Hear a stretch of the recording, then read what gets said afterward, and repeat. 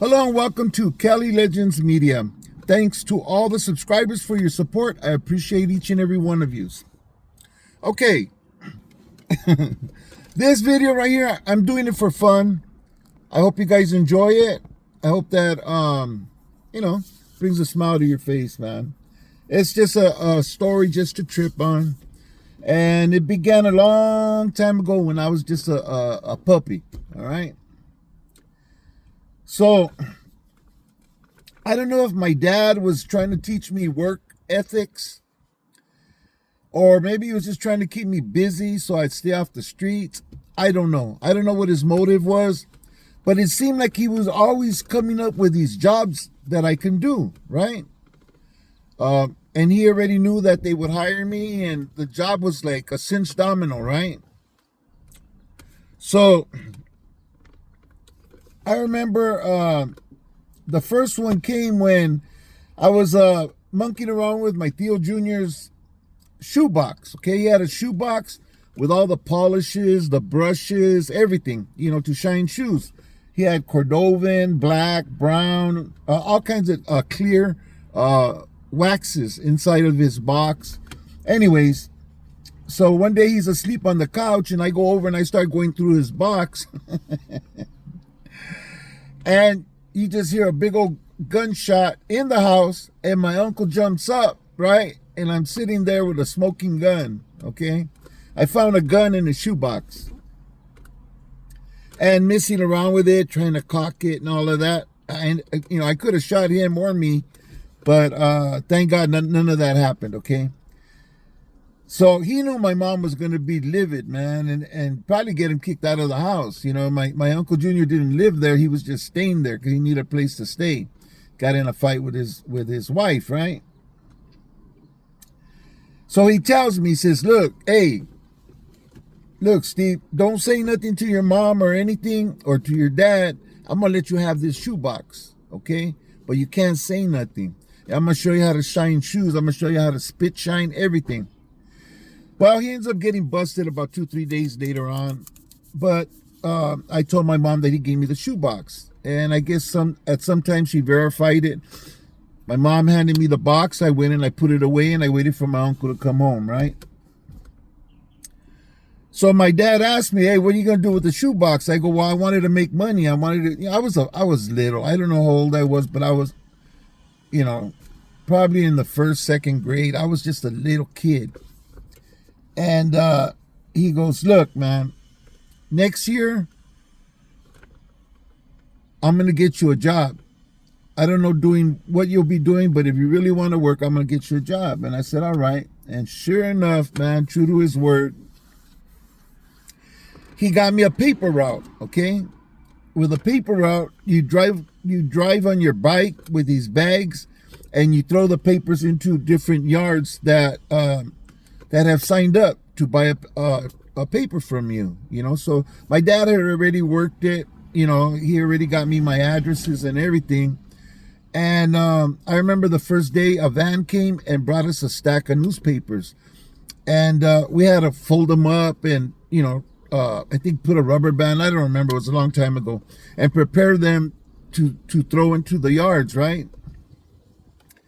So he'd follow me in the car and he'd tell me, which house to throw it in next and stuff. And there I go, riding down the street on my little bike, throwing newspapers, right?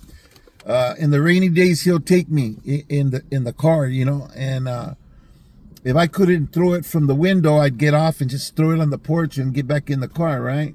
That was my first job, selling newspapers, right? My uncle ends up getting out, and I end up learning how to shine shoes. Okay, I think right about now, I'm in the 4th grade.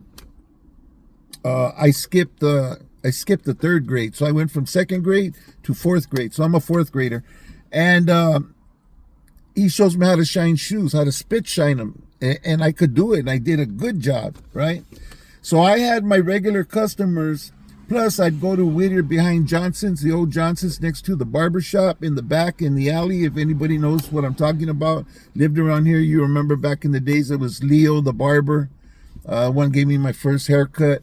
And Johnson's Market. Now it's called Superior. Anyways, so there I am, shining shoes, right?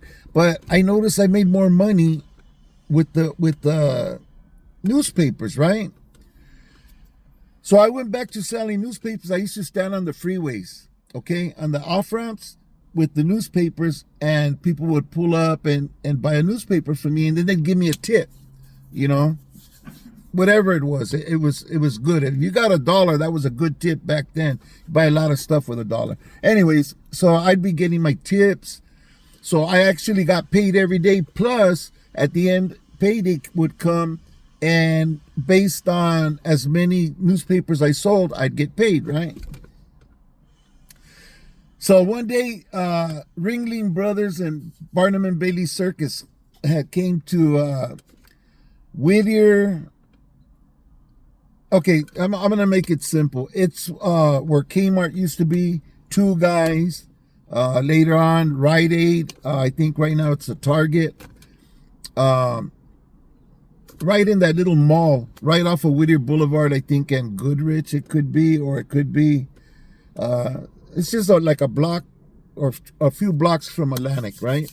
Anyways, full-blown circus.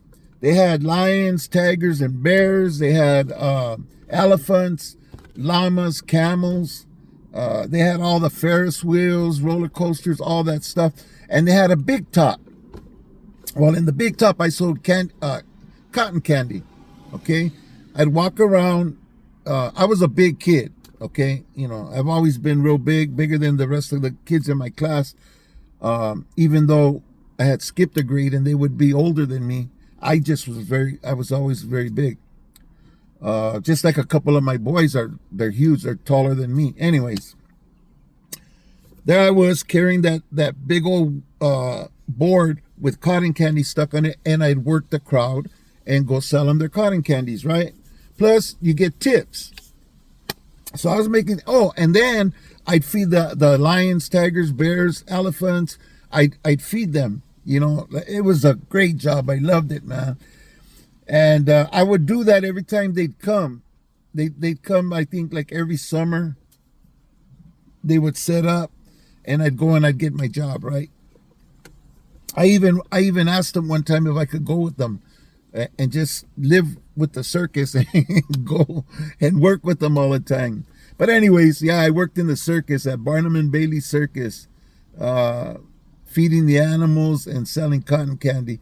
And once in a while, I'd help the operators, operate the different rides and stuff. And I help them load the trucks, when it was time for them to leave and stuff. But anyways, so I had that job. Then I go back and I'd sell my newspapers, right? We end up moving to Cudahy, okay? So in Cudahy, I didn't have a job. Well, my dad comes one day and he tells me, "Hey, Steve, I found this lady that needs somebody to help her." She had she had a farm, okay? She had a donkey, a llama. She had some sheep and rams, the ones with the curled horns. I remember them fuckers used to chase me, right? I'd have to go in there with a bar, and if they'd come after me, I'd have to hit them on the nose, and that would stop them. A couple of times they almost got me, and I was running for the fence, and I jumped on the fence, and he'd hit his head on the fence, boom, and the fence shook. They'd come after you. They were fools. They were protecting their harem, right? Their females. But yeah, I fed them. I used to go with the lady to the different markets and what's it called? Where you go into the dumpsters, and we get boxes of lettuce, expired stuff, cake mix and stuff. She had this one house that was dedicated to cats. And I remember she used to use the cake mix, and she'd make the cake mix, and she'd mix it with the cat food. My job was to go in there and feed those cats. And man, they were jacked up, man. They'd have like one eye and scars, and because they were always fighting. There'd be baby cats everywhere. There'd be a few dead cats in there. It was nasty. So once in a while, I'd have to go and sweep it out and sweep all the feces. It was a nasty ass job. She had a bunch of chickens and roosters. I used to fool around and get one rooster from one pen and throw it in the other pen and watch watch them fight and stuff. I had to feed the llama, the donkey, and all the animals, and I liked it. I love animals. I've always liked animals, right? So yeah, that was the job I had when we were in Cudahy. And when I moved back, I mean, I could go on and on and on. Now, the point of this story is that my working life started when I was very, very young, okay? And I think that happens to a lot of young Mexican boys and girls where their parents put them to work. I remember I used to get so upset because my mom would ask me for money. Like, she would take half, sometimes more than half of my money, and she said it was to help, that I had to help, buy food, pay a bill or whatever. But I was a little kid, and I thought that was like really unfair because, I worked hard and stuff, and the little money I got, I could have bought school clothes or whatever, brand new nice stuff. Instead, I'd have to go to the secondhand store and get clothes. It was bad, but I'd always had this ugly feeling towards my mom because she used to do that to me, I didn't see her do it to my other brothers. My older one, yeah, and me, but the younger ones, she didn't do it.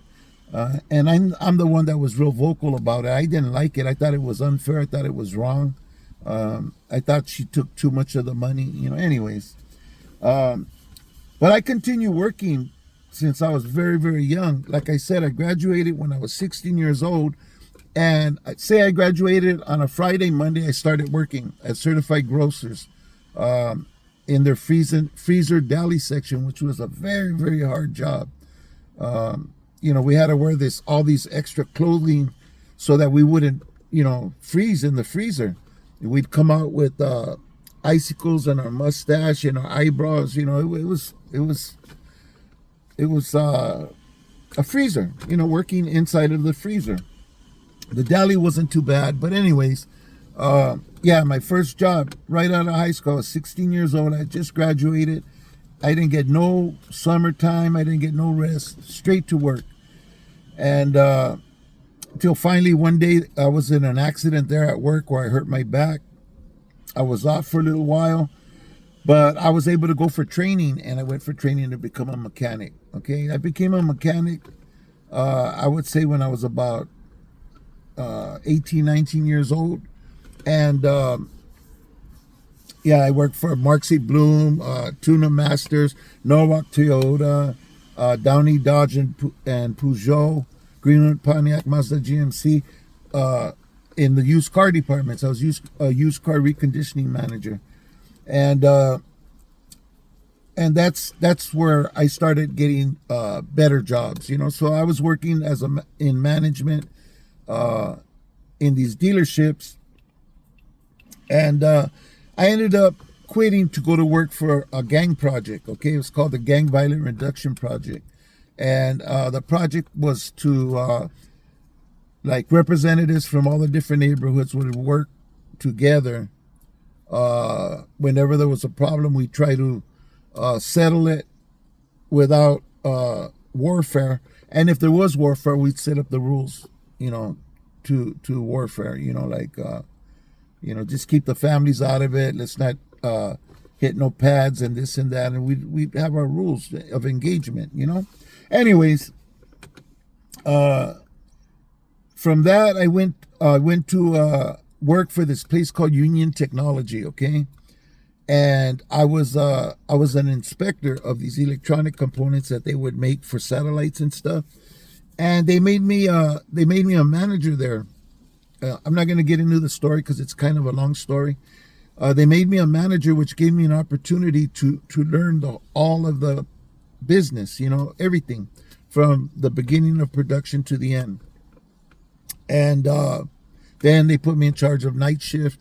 I was the highest ranking manager in the night. And I was learning how to operate the CNCs, set up and program them and make the necessary adjustments to the machine upon setup.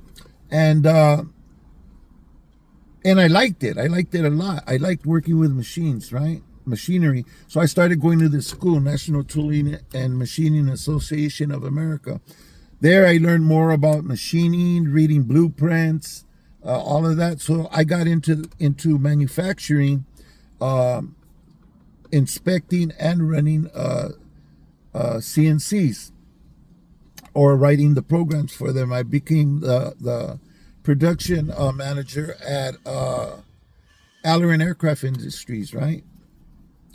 So from there, I ended up getting busted. In between here and there, I'm getting busted for little things. Yeah, I'd go in for like 6 months, a year, or whatever, you know. In the county, you'd get half time or do only a certain percentage of your time. But anyways, from there, I went to go work for a company. And while I was working for that company, I get busted, okay? And while I'm busted, I get my associate's degree, and I get out and I go to work for Dameron Alloys Foundries in Compton, and they hired me as quality engineer, okay? And yeah, I'm not going to get into the details of what that entailed, but it involved quality control with AS 9100. So I learned the AS, the aerospace 9100 rules and guidelines and requirements, and I got a job in Chatsworth at Roberts Tools as their quality control manager, okay, quality assurance manager. And you know, I had to review the blueprints, the contracts, make sure that the production planning met all the requirements of the purchase order and the blueprint that they would send. I know how to read blueprints very, very well. And the last job I had, I was working for a smaller company, manufacturing company. I was a quality assurance manager, and I ended up getting busted again. So all my life I worked. All my life, while I was doing this, while I was working, I was always messing around in the streets, okay? And part of that I was using, okay? So you could say I was a functioning addict, okay? Nevertheless, it robbed me of my money. My family got cheated out of a lot of things that they could have had, that I could have provided, but instead I was providing the wrong stuff for me and my significant other at the time. And like now I'm not working. I only get disability, and I do little things, you know, here and there that I get some extra money, but it's difficult, you know, because I was making good money on those last jobs. I was bringing home very, very good money for that time. Okay, in 2000, if you made $60,000 a year, you were doing pretty good, you know. Anyways, long story short, you know, if you're functioning on whatever you do, if you're doing anything, you'll do so much better if you don't do it. If you don't get high, you don't waste your money that way. Your mind will be clearer. You'll think better. You'll make better decisions and do better for yourself and your family and the company. So, you know, I highly suggest anybody who's dabbling, even if it's just here and there, just chipping, try your best to pump the brakes, man, and back out of it 100%. Your life will change. It'll be a lot sweeter, a lot more, a lot less stressful. I would love very much to go back to work because I like my job. I don't like it. I love what I do, and I'm good at it, you know. So I even consider it sometimes, but then I'll have a bad week, not a bad day, a bad week, And I would think to myself, if I was working, I wouldn't be able to get up early and get there and function, the way I would need to with all the stuff that my body would be putting me through. So I don't know. I still kick around the idea. I might try it. I don't know yet. Me and my wife have been discussing it. But, I've been told a couple of times, hey, why don't you get a real job? Why don't you do this and that? I'm not living off the government. I paid for the money I'm getting from my disability all these years working. Like I said, from the time I was 16 years old, I worked with my social. Before that, I of course, that was just jobs that I had as a young kid. So I'm not a bum. I'm not somebody who's just laid back doing nothing. I've worked all my life, and I wish I could go back, and maybe someday I will be able to before I get too old, where they won't even hire me. But anyways, people, take care of your health. Be careful. Don't break yourself. We do crazy shit. I fell off horses. I've been in motorcycle accidents, car accidents, police chases, jumping off roofs, and you beat your body up. You're gonna pay for it when you get older. You might think you're good, but believe me, you're gonna feel it later. It'll hit you one day. So be careful with that. Anyways, that's my video for today. I just wanted to do a funny little video of the crazy jobs I had when I was a kid. And it was fun, man. It's been a great life. I would say I had an extended childhood, but that would be a lie, because like I said, when I was 16, I had my first child. I had my own apartment. I was working. It was a whole different get down than the 16-year-olds go through nowadays at home playing video games and stuff. It is what it is. Better that than to be in the streets like I was. And yeah, I was working and all that, but sometimes I'd get home, sleep for 45 minutes, and then have to get up, jump in the shower half dead, and make it to work and function all day. It was a very difficult time. I had a difficult time doing that. Anyways, this video has gone way, way too long. Those of you who stuck with me this long, thank you very much for watching. And I hope there's a lesson in there for somebody. Or if not, I just hope you enjoyed the funny story about Lucky's adventure in the in the workspace. Okay. All right. God bless you. God bless your family. Stay safe, people. And thank you for watching. Thank you very much for your support. Appreciate you.